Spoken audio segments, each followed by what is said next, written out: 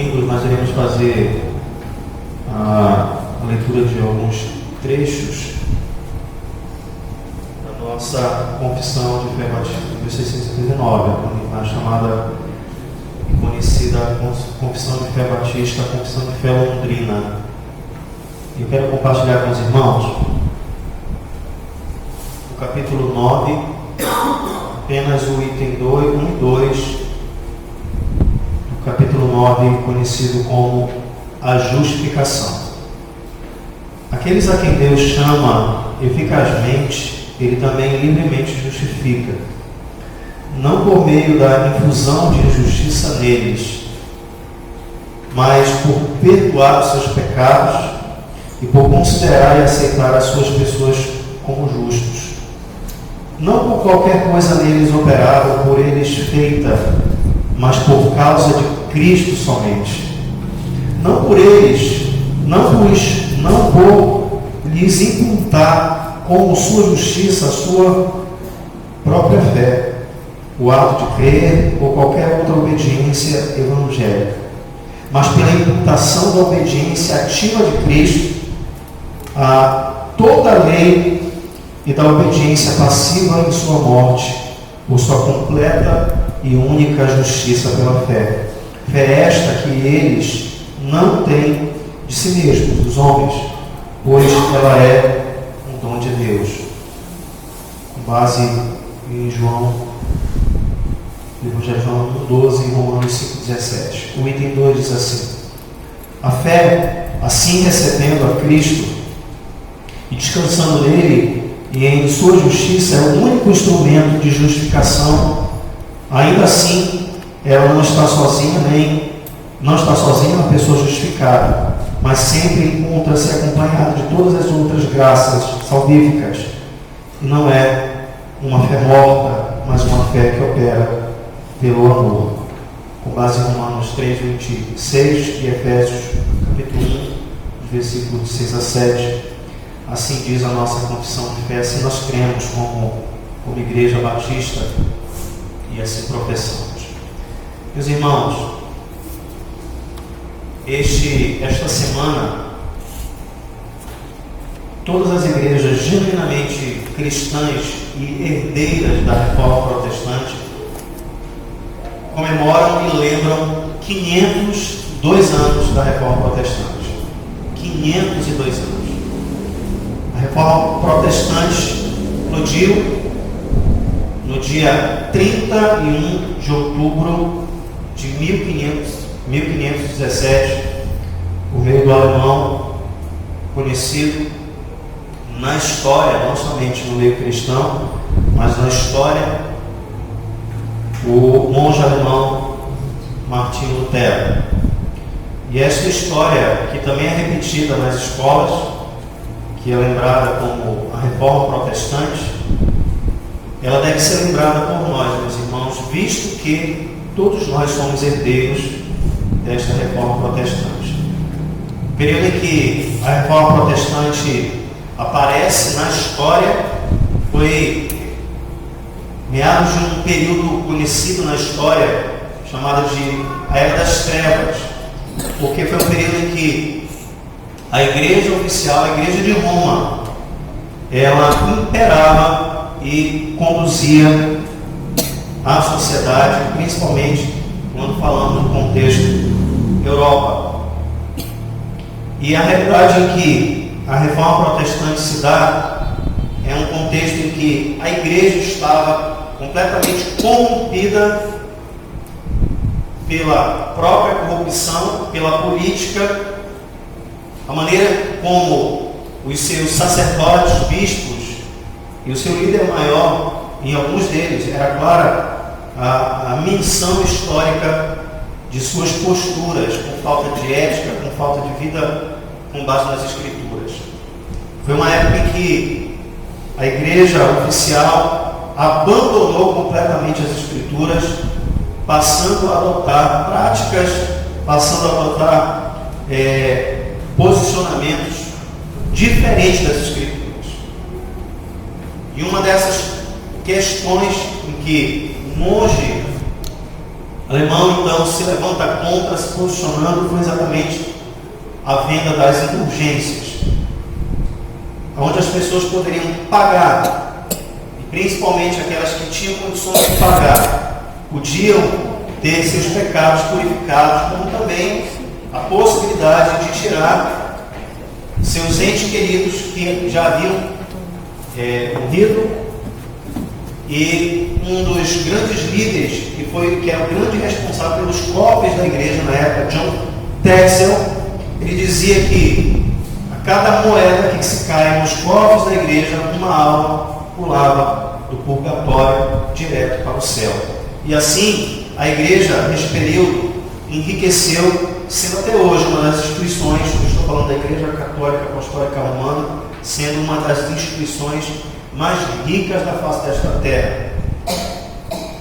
E a história aqui no mês nos apresenta a realidade desta igreja. E é neste contexto, meus irmãos, um homem que passa a estudar as Escrituras, que passa a colocar o seu coração no Evangelho, principalmente ali sendo despertado na carta aos Romanos, entende que a igreja precisava voltar às suas origens, precisava ser reformada, precisava voltar ao Evangelho e a Cristo somente. E por causa disso, meus irmãos, eu quero hoje trazer a mensagem ao coração da nossa igreja, ao coração dos amados irmãos. A mensagem de hoje se chama Cruz de Cristo. Quero poder compartilhar com os irmãos esta mensagem, que eu confesso aos irmãos, muito me impactou durante as orações, durante as preparações da palavra. E quero ainda dizer aos irmãos que, em comemoração à Semana da Reforma Protestante, no próximo domingo nós teremos aqui dois pastores. Pela manhã nós iremos receber o pastor Mário Prachetti. Ele estará pregando pela manhã na escola bíblica. Eu quero convidar a igreja, e ele estará citando um desses pilares da reforma, que é só a Escritura, somente as Escrituras. Então a palavra e a mensagem, o estudo será voltado para este tópico em particular. Como também estará presente juntamente com ele a sua esposa, a irmã Keila, que estará direcionando os trabalhos, com o trabalho infantil, e pedindo aos irmãos que não faltem. E à noite nós receberemos aqui o meu amigo pastor Laércio Ribeiro, pastor da igreja Batista Bethel. O pastor Mário é pastor auxiliar da igreja Batista Reformada de Belém, auxiliar do pastor Fernando Gerino. E o pastor Laércio estará à noite pregando aqui nos nossos corações. E peço aos irmãos também que venham, tudo isso em homenagem à reforma protestante. Irmãos, a gente quer se perguntar, pastor, vamos por que lembrar algo do passado, algo que parece que aparentemente não tem relação conosco, com a igreja, que não tem nada a ver com nada. Meus irmãos, quando... Obrigado, meu filho, que Deus me deu um bom pai. Quando lembramos, meus irmãos, nós queremos voltar às nossas bases de fé. Muita gente me pergunta e fala assim, mas pastor, quem lê as 95 teses, alguém já leu aqui as 95 teses? Alguém já leu aqui? Você concorda com todas as 95 teses? Não. Quem mais já leu aqui as 95? Pastor, eu só li uma tese. Mas se você já leu, já passou vista, você não vai concordar com algumas teses que Martinho Lutero ali expressa. Aí se pergunta, mas peraí, pastor, então não foi uma reforma completa? O que a gente tem que entender? Ele era um monge agostiniano, era um monge católico, era um sacerdote que procurou lutar, e ele procurou direcionar, focar nas questões que eram cruciais dentro daquele seu contexto. A sua teologia sobre a igreja, a sua teologia sobre Maria, a sua teologia sobre algumas outras questões ainda era muito deficiente. Mas nesses aspectos centrais da fé cristã, ele foi pontual, foi cirúrgico.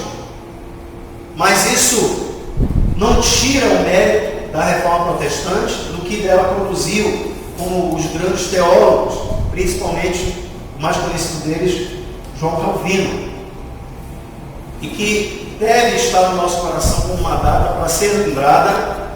Por quê? Porque nós estamos vivendo, meus irmãos, num contexto de igreja que é necessário que a igreja evangélica, cristã evangélica, seja também reformada a cada dia. Tanto é que é o lema da reforma, igreja reformada, quem conhece diz aí, sempre reformada. Ou seja, uma igreja que deve continuar olhando para Cristo, olhando para o Evangelho dia por dia, para que esta igreja nunca abra precedente, faça concessão para aquelas questões que são antibíblicas, algumas delas bem sutis, que se tomarem lugar no nosso contexto de igreja, ela vai com certeza devastar e há de dispersar os irmãos. Eu não esqueço quando o apóstolo Paulo, em uma das suas igrejas, ele estava se despedindo, ele disse: eu vou, mas depois de mim virão lobos, virão feras, e eles irão bagunçar o processo, eles colocarão no chão tudo aquilo que foi construído. Meus irmãos, o apóstolo Paulo sabia muito bem do horror daqueles que se desviam da palavra do Senhor, e principalmente aqueles homens que deveriam ser homens de Deus na pregação do verdadeiro Evangelho, mas assim não são. Eu quero nesta noite compartilhar sobre a cruz de Cristo. Eu quero pedir a você que abra a sua Bíblia em Gálatas capítulo 3, do versículo de 10 a 13. Eu compartilhei com os irmãos no grupo do WhatsApp da igreja hoje pela manhã. 5 horas da manhã eu mandei lá para os irmãos. Então, se você acordou nessa hora, foi que eu mandei para você lá. Gálatas 3, de 10 até quem leu lá a mensagem vai lembrar. Eu quero pedir a você, como tem muitos homens aqui que podem ousar dormir hoje, porque passaram ontem e hoje a programação, e outros irmãos também estão cansados de trabalhar firmemente na nossa programação. Mas que você fique em pé, por esta razão e principalmente por reverência à palavra do Senhor, para que a gente possa fazer essa leitura. Logo após a leitura você pode sentar. Texto, Gálatas 3, de 10 a 10 a 13, diz assim: todos quantos, pois, são das obras da lei, estão debaixo de maldição, porque está escrito: maldito todo aquele que não permanece em todas as coisas escritas no livro da lei, para praticá-las. E é evidente que pela lei ninguém é justificado diante de Deus, porque o justo viverá pela fé. Ora, a lei não procede de fé, mas aquele que observar os seus preceitos, por ela viverá. Cristo nos resgatou da maldição da lei, fazendo-se Ele próprio maldição em nosso lugar, porque está escrito: maldito todo aquele que for pendurado em madeira. Os irmãos podem sentar.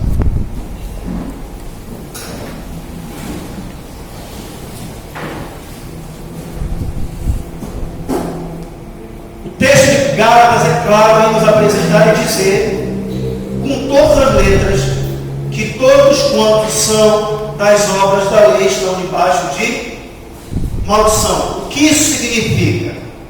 Significa que, e todos nós sabemos disso, vamos tomar os 10 mandamentos, como temos pregado, né? Se você pecar em um mandamento, o que a Bíblia diz? O que nós entendemos? Você se torna o quê? Culpado de todos. Ainda que você cumpra os 9, pecou em um deles, você é. Isto é a maldição da lei. Ou seja, na busca, no anseio, no afã de cumprir os mandamentos, você terá a plena convicção de que ninguém é capaz de cumprir os mandamentos. Ninguém. A nossa condição humana não nos permite por causa do pecado. O texto de Gálatas nos afirma, diz que todos são malditos porque não conseguem cumprir. Diz que todo aquele que não permanece em todas as coisas, diz o texto, escritas no livro da lei, ou seja, nos mandamentos, nas leis, por não cumprir, não consegue observar, não consegue praticar, é maldito por isso. O texto é claro em nos apresentar isso. Mas também é claro o texto em nos apresentar fazendo uma inferência. Você vai perceber que de maneira direta ele está jogando luz a um episódio do Antigo Testamento, em particular de Adão, quando ele ali, naquele pacto chamado pacto de obras, ele recebe a ordem de Deus para não comer do fruto que estava no meio do jardim. Se ele comesse do fruto, teria o quê? Vida. Como ele desobedeceu, ele recebeu morte. É o que diz a história. O versículo 12 fala: ora, a lei não procede de fé, mas aquele que observar os seus preceitos, por eles viverá. Se tivesse sido obediente, teria recebido vida. Como não foi, recebeu morte por sua desobediência. O texto nos conta claramente que ninguém poderá diante de Deus ser justificado pelas obras da lei, porque ninguém consegue cumprir. O Adão, que é também chamado de primeiro Adão, porque Cristo é o segundo, não fez. Mas é importante também nós citarmos, meus irmãos, nesta introdução, o que diz o versículo 13. Cristo nos resgatou da maldição da lei. Qual é a maldição da lei? Ninguém consegue observar a lei, ninguém consegue obedecer plenamente a lei, fazendo-se ele próprio maldição em nosso lugar, porque está escrito: maldito todo aquele que for pendurado em madeira. Eu quero aqui iniciar, meus irmãos, a primeira verdade nesta mensagem titulada A Cruz de Cristo. Cristo se fez maldição por nós. A primeira verdade que nós precisamos aqui compreender e entender, abrindo sua Bíblia lá em Deuteronômio capítulo 21, dos versículos 22 e 23, você vai observar a orientação que foi dada, que era dada para aqueles que recebiam uma pena de morte. Deuteronômio capítulo 21,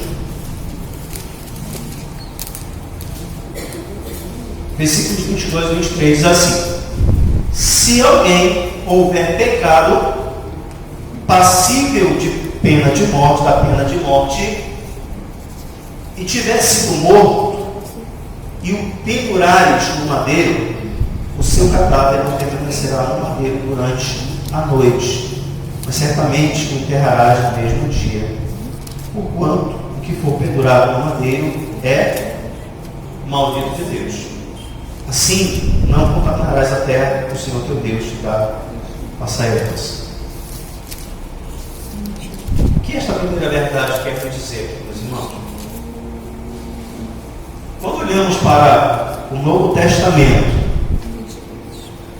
e lembramos do cenário que Cristo é crucificado na cruz, todos nós devemos entender que a crucificação era a pena de morte dentro daquele contexto. Todos nós sabemos que, por exemplo, aqui no Brasil não há pena de morte.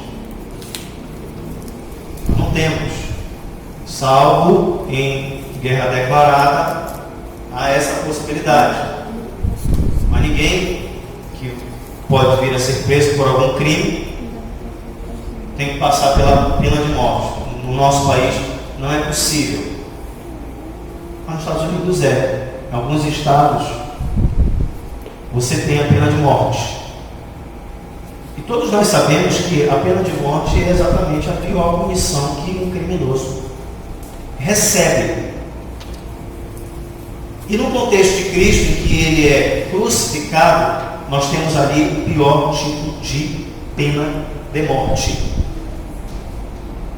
E a pena de morte por crucificação mostrava os horrores, a vergonha, o escárnio. Cristo, quando resolve assumir o nosso lugar, não somente morre em nosso lugar. Isso se chama justificação, como nós lemos aqui. A doutrina da justificação é exatamente isso. Um homem que é justo, que morre em lugar de pessoas que não são justas, que mereciam a penalidade da morte e as consequências delas ir ao inferno, ele morre em nosso lugar, ele assume a culpa e ele recebe todas as penalidades no lugar daqueles que mereciam. Eu já disse aqui para os irmãos que também esta doutrina, ela é também chamada de a doutrina da substituição. Por quê? Porque mostra que Cristo assume o nosso lugar, assumindo a nossa condição, se fazendo maldito, e não somente morre em nosso lugar, mas se faz maldição, e assumindo como maldição, não por ele não ter cumprido a lei, mas por nós não termos cumprido a lei, ele voluntariamente entrega a sua vida, como ele fala nos evangelhos: eu mesmo dou, ninguém tira de mim, eu mesmo dou, eu voluntariamente entrego a minha vida e dou a minha vida. E ele assim o fez, meus irmãos, para que os homens não sofressem essas penalidades. E não somente ele assume a penalidade, não somente ele assume a nossa morte, a nossa culpa, mas como ele passa a assumir o pior tipo de morte, o pior tipo de penalidade que um ser humano poderia receber. E ele então, se fazendo maldição em nosso lugar. E quando você se dirige a um outro texto semelhantemente importante, como Gálatas 5, versículo 11, você vai perceber que Cristo, ao se fazer maldição por nós, por causa do nosso pecado, o texto de Gálatas vai nos apresentar uma expressão que para nós aqui é de sua importância. Que diz assim: eu, porém, irmãos, Paulo dizendo, se ainda prego a circuncisão, por que continuo sendo perseguido? O escândalo da cruz.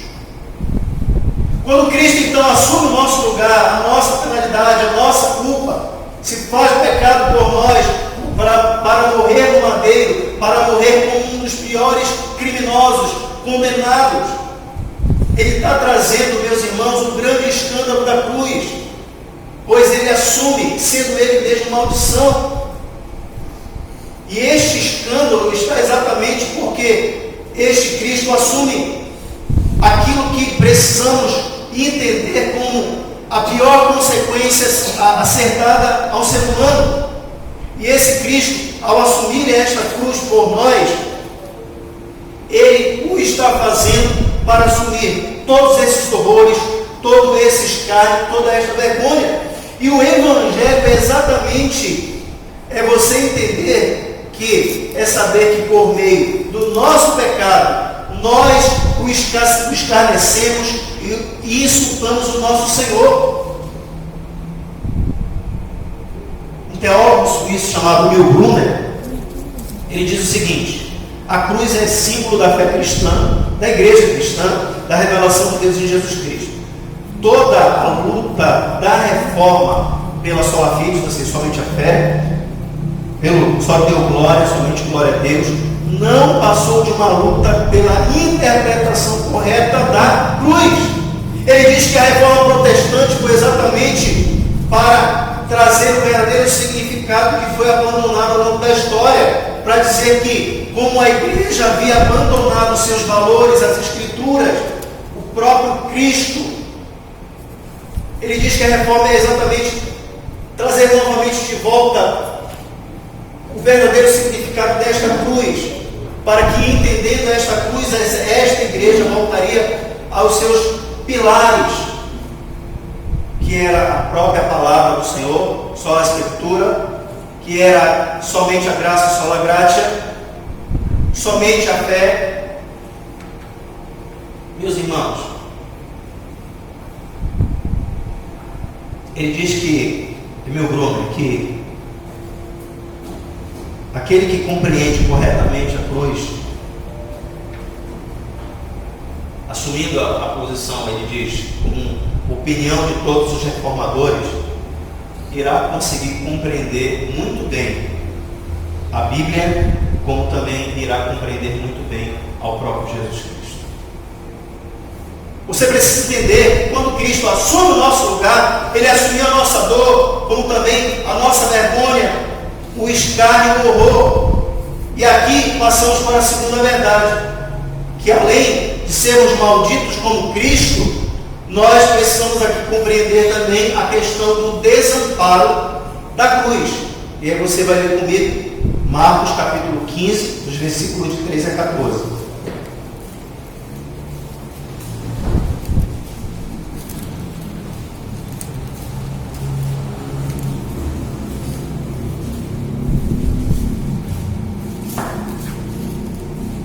Marcos 15, 13 e 14. Eles, porém, clamavam: crucificam. Mas Pilatos lhes disse: que mal fez ele? E eles gritavam cada vez mais: crucifica. Meus irmãos, em outra referência nós temos que o próprio Cristo então responde em meio ao estar pendurado no madeiro. Ele expressa o que está lá no Salmo 22. Deus meu, por que me desamparaste? Os irmãos lembram desse texto. E aí, Justino Mártir, um apologista do segundo século, ele soltou uma frase que é bem conhecida. Ele diz assim: para onde quer que eu olhe, eu só consigo ver a cruz de Cristo. Ele disse. E quando nós relacionamos com a maldição de Cristo e este desamparo, você deve se perguntar por que Cristo negou, por que Pedro negou a Cristo. Entenda o seguinte: Pedro nega a Cristo porque Cristo era o quê? Cristo era um maldito por ter assumido o nosso pecado. O desamparo de Cristo lá na cruz, quando ele se dirige a Deus: Senhor, não me desampares. Por que, Senhor? Deus meu, porque o Senhor me desamparou? Porque quando Cristo assume, meus irmãos, o nosso lugar na cruz, ele se faz pecado por nós. E o pecado, a sentença dele para aqueles que irão para o inferno é desamparo. Vocês sabiam disso, que inferno é desamparo? Inferno é sinônimo de segunda morte, ou chamada de morte eterna. Morte física, separação do corpo da alma. Morte espiritual, separação do homem de Cristo. Morte eterna, separação eterna do homem na eternidade. O que isso significa? Desamparo. Quando Cristo clama em meio à sua dor da crucificação, ele se dirige ao Pai dizendo que coisa horripilante, horrorosa, terrível, naquele seu momento de dor, que doía muito mais do que os cravos que estavam nos seus pés e em suas mãos, que era a ausência do próprio Pai. E quando Pedro, então, que dentro daquele cenário começa a caminhar de longe, começa a seguir o Senhor, e então umas criadas, algumas outras pessoas que veem: mas peraí, você é parecido com ele, você está caminhando com ele. Então Pedro diz assim: não, você está louco, cara, para com isso, eu não sei o que você está falando, não sei o que você está dizendo. Outra pessoa diz: olha, não, eu vi, você se porta como ele, você caminhou com ele. Então a gente conhece a história dizendo que depois disso o galo canta, depois dele ter negado 3 vezes. Irmão, lembra disso?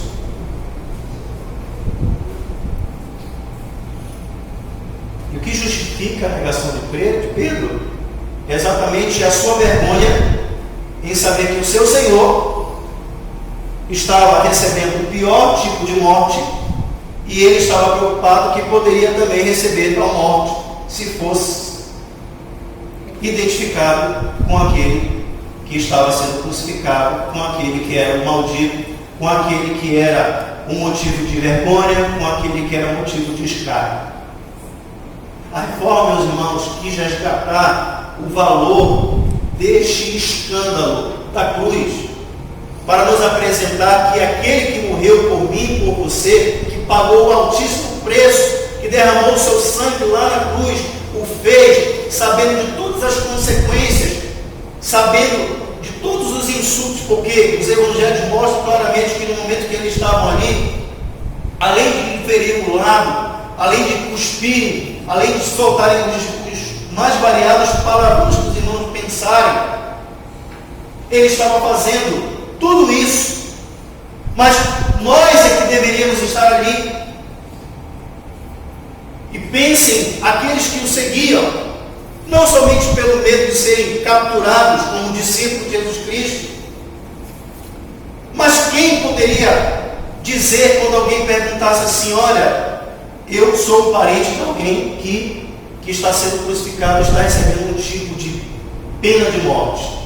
Quem falaria com toda tranquilidade, né? Ou alguém que tem algum parente que é algum criminoso, ou está cumprindo alguma detenção, alguma pena em algum centro penitenciário, alguém pergunta assim: fulano tem irmão? Fulano tem irmão, eu conheço. O fulano é seu pai? Aquele que está preso lá no presídio tal, pela acusação de estupro, pela acusação de roubo a banco, você fala: é verdade, ele é meu irmão, é meu amigo, ele é meu pai. Você falaria assim? Ou é vergonhoso para você? Você gostaria que tocasse no assunto? Você gostaria que tocasse no assunto? Você tem alguém que está cumprindo pena, ainda mais por talvez um crime que, dentro do contexto de uma sociedade, seja completamente um absurdo. Não é verdade? Quem vai dizer assim: olha, é meu parente, olha, é meu conhecido, se eu puder nem tocar nisso, porque isso aí é um horror, porque isso é vergonha, porque isso é escárnio. Você tem que afirmar para reafirmar que existe alguma relação entre vocês. Eu me lembro que alguém, certa vez, eu encontrando algum amigo de longa data, e eu conhecia, né? A gente era amigos de infância, de rua, de correr na rua, de jogar bola na rua, de brincar, de pipa, essas coisas todas. Amigo de infância, eu encontrei, eram vários irmãos, eram 4 irmãos, e eu encontrei na rua, um ônibus, isso faz uns 15 anos atrás. E aí eu encontrei, eu vi aquele camarada me olhando de longe, né, no ônibus assim. E aí, esse bicho está me olhando. Ele se aproximou, aí ele perguntou se era meu nome realmente. Eu disse que sim, e a gente começou a conversar. E aí eu perguntei: e teus irmãos? E aí ele baixou a cabeça, não queria. E o fulano, sabe? Ele está assim, já casou. Não, o outro já casou, já descasou, já ficou, não sei o que, tal. E o outro baixou a cabeça, vergonhoso, e aí mudou de assunto, citou outro irmão, e aí a gente começou a conversar. Eu perguntei: mas e o teu irmão? E ele tentou desconversar, que era vergonha para ele. E aí no final ele disse: está preso. Ele citou o tipo de crime que ele cometeu, um horror, meus irmãos. E para o irmão não era fácil ter que relacionar sua vida ao seu irmão e dizer que ele era um criminoso por ter cometido tal coisa. Depois eu pedi perdão, que eu fui insistir naquela empolgação de encontrar os amigos, e ele não queria falar que o irmão tinha cometido determinado crime. Eu fico pensando nos discípulos do Senhor, não somente dos 12, mas daqueles que seguiram o Senhor e agora viram pendurado em uma cruz como o pior dos criminosos, recebendo os maiores insultos, os maiores palavrões, recebendo as maiores chacotas, e ter que assumir que eram discípulos era a coisa mais difícil. Mas o escândalo da cruz é exatamente ter que seguir, adorar e reafirmar que aquele que morreu por nós, aquele que foi pendurado no madeiro, mesmo tendo sido pendurado, morto, tendo assumido todos os horrores do pecado que era nosso, foi aquele que, segundo João 3,16, é apresentado pelo próprio Pai. Deus nos amou de tal maneira, meus irmãos, que deu o seu único Filho, para todo aquele que não lhe crê, não pereça, mas tenha vida eterna. Esse versículo é muito bonitinho, e ele é muitíssimo conhecido. Mas a verdade dele é que este amor, este tão grande amor, ele esconde uma terrível realidade, um grande escândalo, o escândalo da cruz. Se você entendesse a dimensão que eu e você deveríamos sofrer, deveríamos ser passíveis de punição, mas o nosso Salvador resolveu de maneira amável e voluntária assumir aquilo que era para nós recebermos. A sua angústia em dizer: Deus meu, por que me desamparaste? É a expressão angustiante de alguém que assumiu o nosso lugar, a nossa culpa, para nos ensinar que assim será para todos aqueles que morreram sem Cristo. Que morte eterna quer dizer desamparo. E não existe coisa pior. E eu falo, e os irmãos sabem muito bem, aqueles que se encontram em pecado, aqueles que se encontram em contextos difíceis, em que você ora, em que você fala com Deus, em que você lê a Bíblia e Deus não responde. Meus irmãos, que angústia, os irmãos sabem muito bem, já começamos com alguns irmãos. Pastor, há momentos, há períodos da nossa vida que a gente ora, que a gente lê a Bíblia, e a gente não sente a presença de Deus, a gente não sente Deus nos ouvir. A gente não consegue encontrar o Senhor nas entrelinhas das Escrituras. E é angustiante porque a gente escava, a gente nada, a gente não encontra. Parece um desamparo nesta busca para sentir Deus, para provar Deus. E quem já passou por isso sabe muito bem disso. Em que você grita, em que você berra, em que você clama, em que você espreme as suas lágrimas para que Deus te ouça, para que Deus fale com você, para que você sinta a sua presença. E o sentimento é de desamparo. E o inferno será exatamente assim, de desamparo daqueles que não creram que Cristo morreu por eles.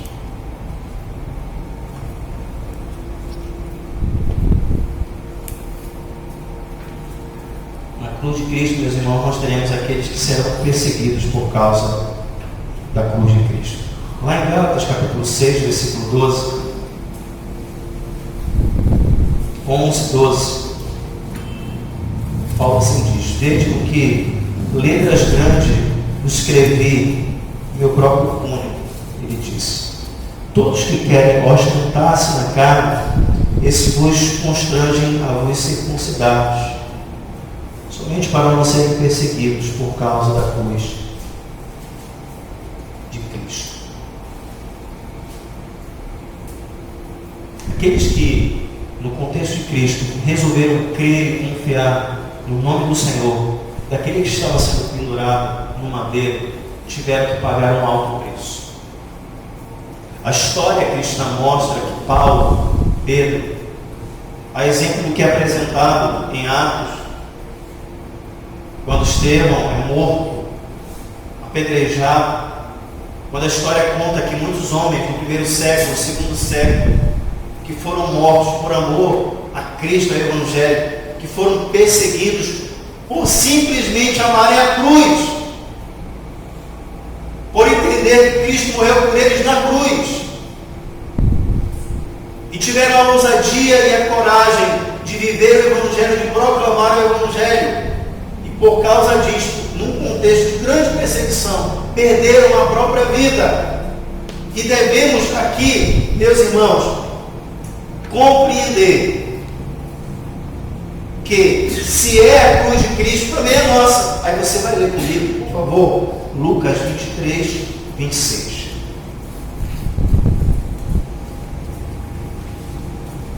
Será nos apresentado aqui um personagem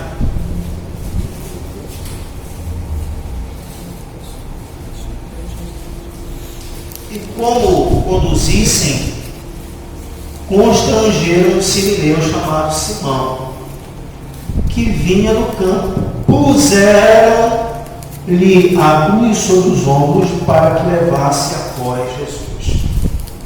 Ser perseguido por Cristo, meus irmãos, é entender que nós precisamos levar a cruz também. Neste episódio, há muitas questões teológicas que envolvem esse episódio. Alguns teólogos vão dizer, teólogos bem liberais, vão dizer que Cristo não morreu. Onde ele teve a oportunidade de morrer foi aqui. Quando Simão, o sirineu, é obrigado a tomar a cruz, foi ele que foi crucificado no lugar de Cristo. Cristo não pagou o preço mais do sirineu, porque ele tinha uma aparência, tinha uma semelhança com Cristo. Você não vê nos versículos e nem nos outros evangelhos sinóticos semelhantes que ele tenha largado a cruz e tenha repassado a Cristo. Você não vê isso. Essa teologia ela é completamente absurda, porque os textos mostram claramente que o Cristo foi crucificado. Mas o que é importante nós compreendermos aqui é que todos aqueles que querem viver piedosamente, segundo Paulo fala a Timóteo, serão o quê? Perseguidos. Todos aqueles que querem viver piedosamente, que querem viver para ler, meditar e praticar neste Evangelho, serão perseguidos. Todos aqueles que amam a Cristo no seu Evangelho serão perseguidos. É isso que os irmãos estão ouvindo, que por causa da nossa fé naquele que morreu na cruz do Calvário, você será insultado, você será questionado. Dentro de um contexto que onde se exalta feminismo, onde se exalta ideologia de gênero, onde se exalta relativismo, pós-verdade, todas as bagunças do nosso contexto cultural, se posicionar como cristão hoje é o quê? Você é um retrógrado, você é um conservador maldito, você é uma pessoa que está na era das pedras, você é um dinossauro. Essa coisa de Bíblia, essa coisa de Evangelho está no passado, os tempos mudaram, a sociedade é outra, o movimento da comunicação. Então a gente tem que acompanhar esse processo. Dizem, mas aqueles que amam a Cristo e a sua palavra, principalmente, meus irmãos, principalmente por ocasião da vinda de Cristo, por ocasião da segunda vinda do Senhor, os filhos de Deus viverão em tempos sombrios, de grande dificuldade, porque ser cristão, e muitos já provam disso hoje, viver o Evangelho, ser cristão é sinônimo de perigo.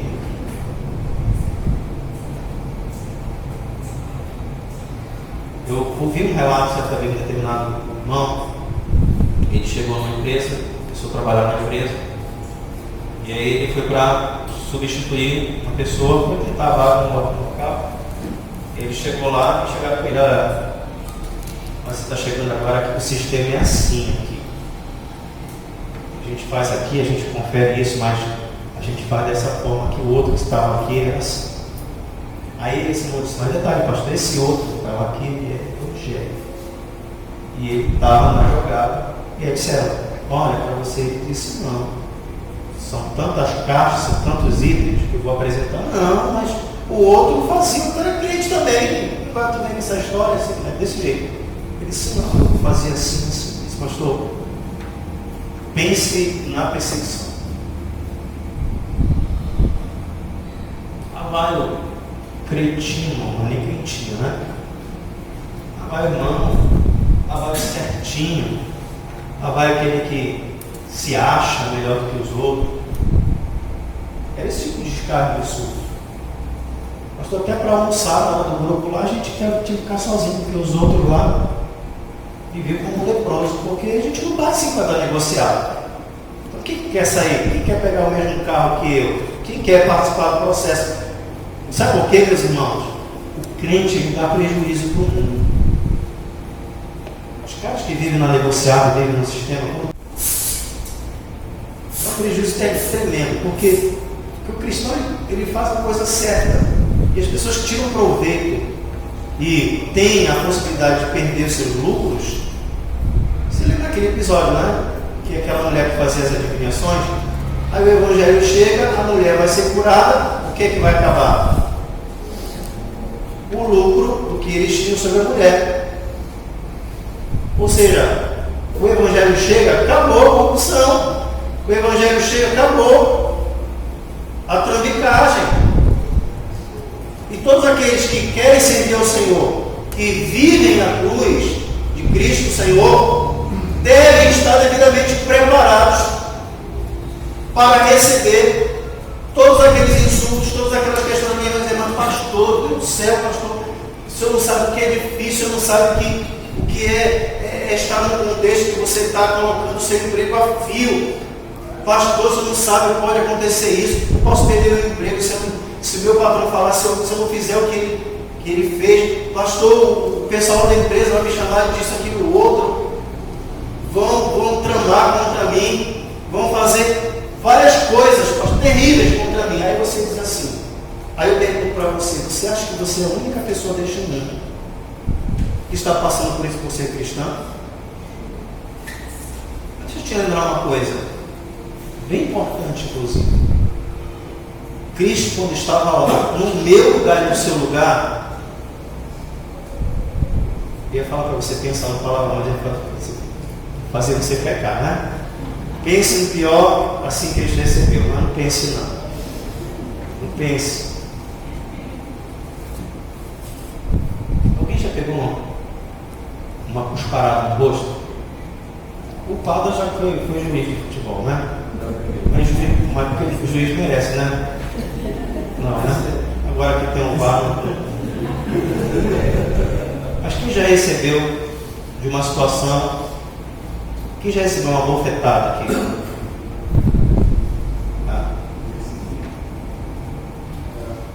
Se você não ficou um ano pensando, como receber aquele corpo, aquele bofetão, como você gostaria de ter feito o mesmo e pior? Não é verdade? Não é verdade? Irmão, pegar um bofetão no rosto, irmão, pisa no meu pé, bate no meu estômago, mas isso aqui você não esquece. A gente fica até com depressão, né? Ter que ir para psiquiatra, tá? Psicólogo, para tentar resolver qualquer coisa. Quem já foi assaltado, o bandido está lá, armado, coloca a arma na cabeça, aí você trabalha, você com dignidade, faz tudo certinho, aí o doutor fala, seu vagabundo, e passa, aí você, se eu pegasse aquela arma daquele cara e me chamou, eu sou trabalhador, ele que é um vagabundo, ele me chama de vagabundo, e naquela hora, você dá vontade de, não é assim, irmãos? Não é assim? E aí, os cristãos não aceitam o que se colocam sobre eles, como se eles estivessem recebendo as piores coisas. Mas Cristo, que eu quero que você entenda que Cristo recebeu muito mais sem ter feito isto aqui. Cristo não pecou em nada, não transgrediu nenhuma lei, não pecou em nada, assumiu a minha culpa, a sua culpa, subiu no madeiro, recebeu pregos nas mãos, pregos nos pés, coroa de espinhos na cabeça, furaram no seu lado, recebeu cuspes, recebeu palavrões.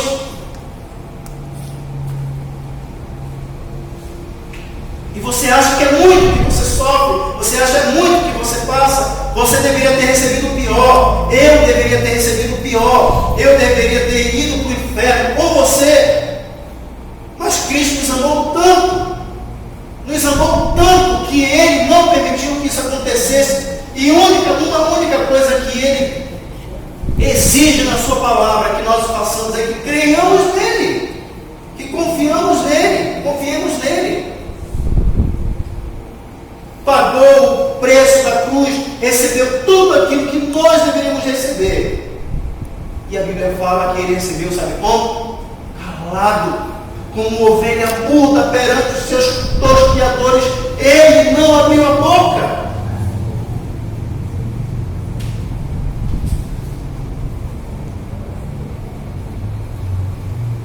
Estou fazendo referência a Isaías 53, o servo sofredor. Lá em 1 carta de João, capítulo 2, 1 João capítulo 2, versículos 1 e 2, João se direciona aos discípulos, aos seus ouvintes, diz assim: filhinhos meus, estas coisas vos escrevo para que não pequeis.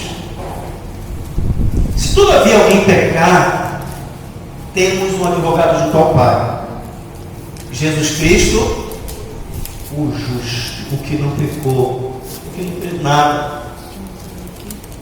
Ele é a propiciação pelos nossos pecados, não somente pelos nossos próprios, mas é pelo mundo inteiro. Essa palavra feia aqui chamada de propiciação, ela está fazendo referência ao propiciatório, que era uma tampa que ficava na Arca da Aliança do Senhor. Aquela câmara que tampava era o propiciatório.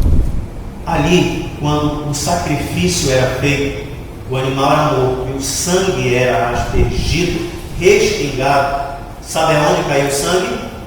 No propiciatório. O sangue era derramado ali. O propiciatório absolvia o sangue. O propiciatório mediava o sangue que caía na Arca da Aliança.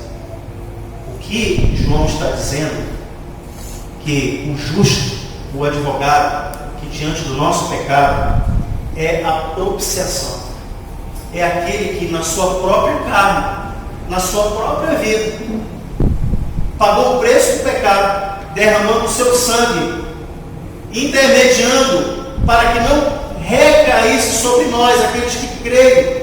E ele diz que não somente pelo nosso, mas do mundo inteiro, sendo ele capaz de pagar não somente o preço do meu pecado, não do seu pecado, não dos nossos aqui, mas do mundo inteiro, sendo o seu sangue poderoso pela cruz do Calvário para perdoar todo aquele que crê.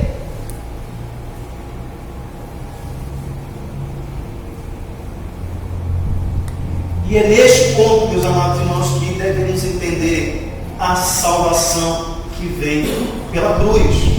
Pois a cruz é o meio que temos para a salvação. É por meio dela, por meio de Cristo sendo a propiciação pelos nossos pecados, para pagar o preço dos nossos pecados. Para que, à luz do texto de Lucas capítulo 23, 26, como se leu, que aqui nós temos em Lucas 23, 26, nós temos uma expressão ali que eu queria chamar a sua atenção.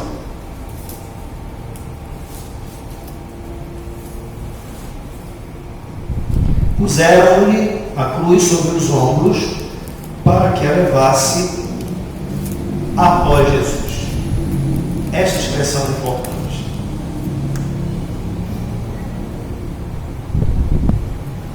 Se ele não vai à frente, não é colocado na cruz, não coloca sobre ele a cruz, e ele sai à frente e Jesus atrás. Mas o Cristo vai à frente.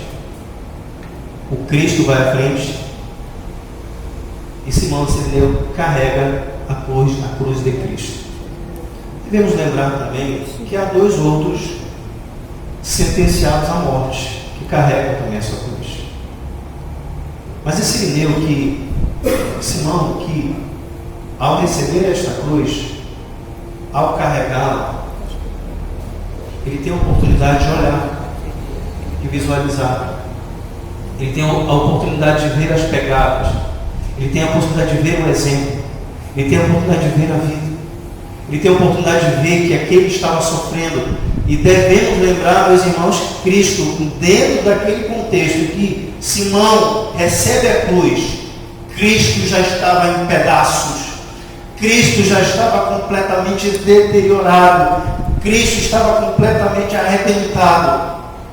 Tanto é que quando ele é crucificado ao lado dos outros criminosos, quem morre primeiro? Cristo. E a sua morte se dá primeiro, claro, para o cumprimento das Escrituras, conforme o Salmo 22. Mas quem suportaria, depois de ter sido pregado e antes de receber, de ter sido crucificado, de ter recebido uma pancadaria geral, receber muitas chicotadas, e ao ser pendurado na cruz, lá o texto do Salmo 22 fala que quando ele é colocado naquela cruz, ele é deitado sobre ela e ele é pregado. Mas há um detalhe: toda a cruz era feita sob medida. Se você quisesse, é o seu tipo de mandar fazer, sob medida, para dar, porque cada cruz tinha um furinho que dava nas mãos e nos pés. E quando Jesus recebe aquela cruz, ele recebe uma cruz que não era dele. Era uma cruz que não era tamanho sob medida. O tamanho de Jesus era 33. A que tinha lá era muito maior.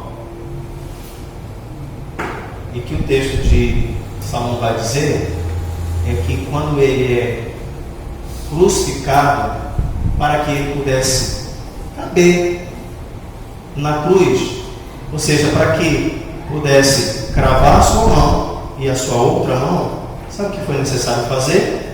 Desconjuntaram, sim, deslocaram o seu ombro, desconjuntaram para que Cristo coubesse na cruz, uma cruz que não era dele. E todos nós sabemos, meus irmãos, que aquela cruz era nossa. Simão Sirineu está caminhando, carregando a cruz. E ele não está à frente porque não é ele o justo. Não é ele o Cristo. Ele está caminhando e Cristo está à frente para que também nós possamos entender que o Cristo é aquele que vai diante de nós, que está sofrendo as duras penas, que está caminhando. Porque o texto bíblico, meus irmãos, fala que todos aqueles que devem seguir o Senhor devem levar a sua cruz dia após dia. E levar a cruz não é levar problema. Não, todo mundo tem que levar a sua cruz, como se fosse sinônimo de problema. Não é isso. Levar a sua cruz, segundo o Evangelho, simboliza aquele que caminha para a morte. Levar a sua cruz é estar destinado à morte. Quando os Evangelhos nos orientam a isso, é porque requer de nós que caminhemos na direção ou seguindo aquele que está para morrer na cruz, sabendo que estaremos também caminhando para a morte, ou seja, está em risco a nossa vida, está em risco por amor de Cristo a nossa vida. Meus irmãos, eu quero finalizar citando a vocês a tese 93 das 95 teses que Martinho Lutero citou.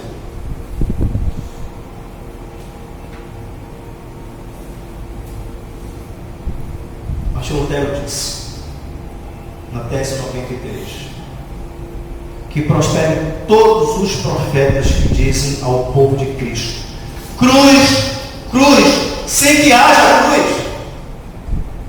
Ele diz que prosperem todos os profetas, todos os mensageiros de Deus que dizem ao povo, cruz quando não existe.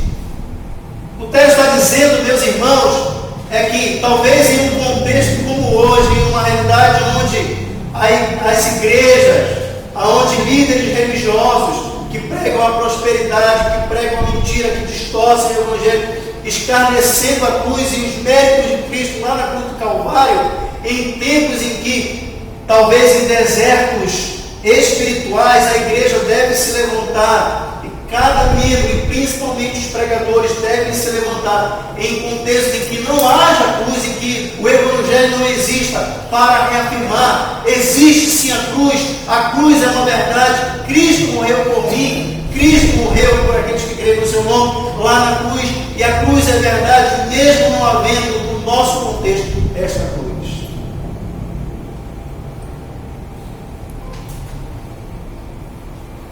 Eu amo esta tese, porque ela resgata aquilo que a igreja precisa continuar a viver e a pregar nos irmãos. Mas eu quero finalizar aqui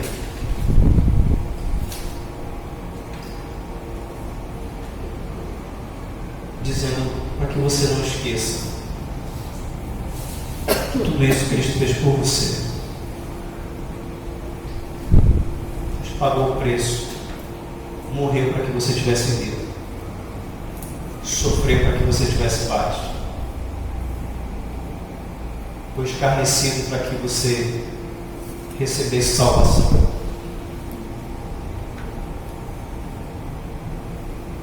Por isso, creia e confie naquele que subiu no madeiro para derramar o seu sangue precioso, para perdoar os seus pecados. Que segundo o texto de Romanos, capítulo 5,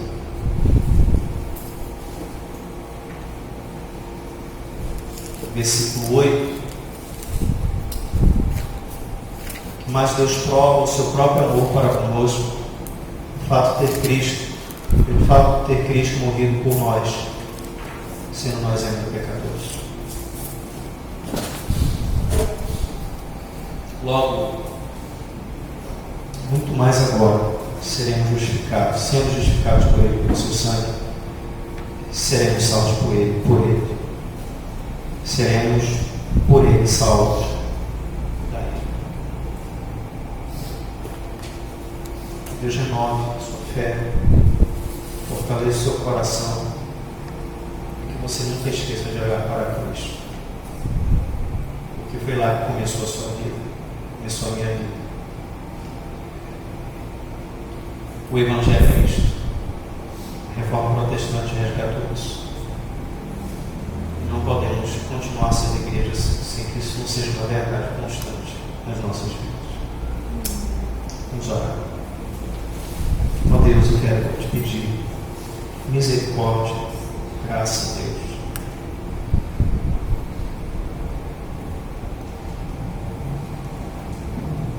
Porque, Senhor, nós nos sentimos, Senhor Deus, envergonhados. Nós insultamos ao Senhor o nosso pecado, vilipendiando, Senhor, teu sacrifício tão precioso. A tua palavra fala que o Senhor foi tão doce conosco, tão amável, pagando o preço do nosso pecado.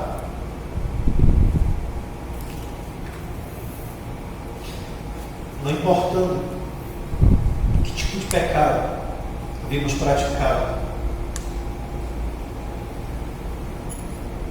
simplesmente o Senhor nos amou,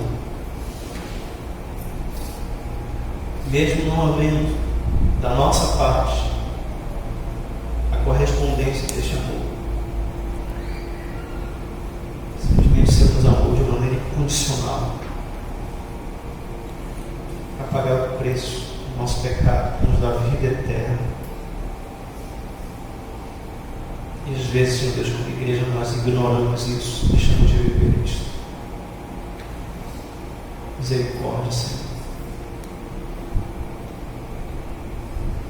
A Tua palavra nos ajude hoje a não esquecer de tão grande salvação, de tão grande mérito do nosso Salvador, que pagou o preço lá na cruz, no Calvário, para nos dar uma vida eterna.